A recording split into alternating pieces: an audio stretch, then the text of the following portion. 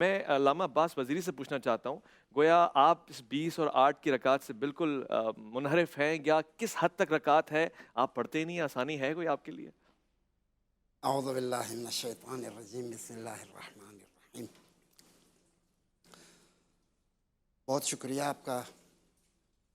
دیکھیں، قیام اللیل اور تراویح دونوں عبادتوں کے نام ہیں۔ تراویح اور قیام اللیل میں عام و خاص سے مطلق کی نسبت ہے۔ ہر تراویح کو آپ قیام اللیل کہہ سکتے ہیں، لیکن ہر قیام اللیل تراویح نہیں ہے۔ قیام اللیل کا تعلق سال بھر سے ہے۔ سال بھر میں ہر رات کو 8 رکعتیں نافلہ شب کی ہیں، 2 رکعتیں نماز شفع ہے، صحیح۔ 1 رکعت نماز وتر ہے۔ ان کا مجموعہ 11 رکعت ہوتا ہے۔ یہ 11 رکعتیں قیام اللیل کہلاتی ہیں، اس کو نماز شب کہتے ہیں۔ جس کو نماز شب بھی کہتے ہیں۔ اما تراویح، اس لفظ کے ساتھ ہمارے پاس باجماعت پڑھی جانے والی کوئی نماز نہیں ہے۔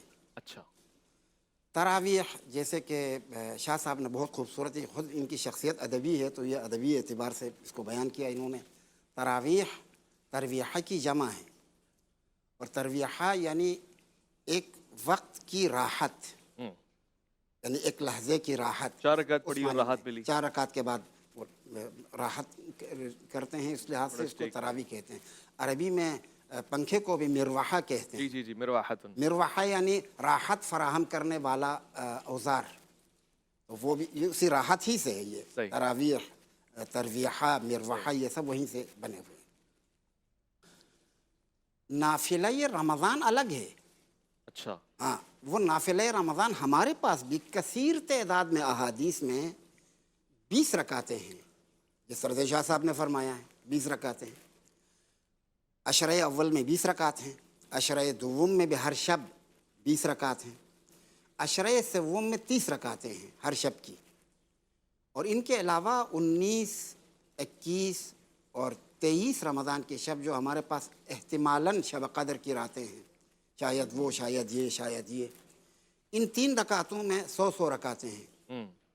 تو اس طرح سے ان کے مجموعے کو اگر آپ دیکھیں تو یہ 1000 رکعتیں بنتی ہیں۔ 1000 رکعت پورے ماہ یہ رمضان۔ 1000 رکعتیں نافلہ رمضان کہلاتی ہیں۔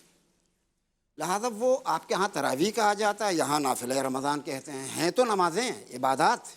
لیکن باجماعت نہیں ہے آپ کے یہاں؟ احسنت، ہمارے پاس واجب نماز کے علاوہ کوئی نماز باجماعت نہیں پڑھی جا سکتی ہے، اچھا، کیونکہ پیغمبر اکرم صلی اللہ علیہ وآلہ وسلم نے واجب نمازیں باجماعت پڑھائی ہیں۔ عید کی نماز واجب ہے؟ عید کی نماز واجب تخییری ہے، واجب نہیں ہے۔ واجب کی ایک شکل ہے، وہ بھی اس میں بھی واجب کی شکل، مستحب نہیں ہے، یا واجب ہے یا نہیں ہے، اس طرح کی حالت ہے، یعنی مستحب تو کوئی نہیں مانتا ہے۔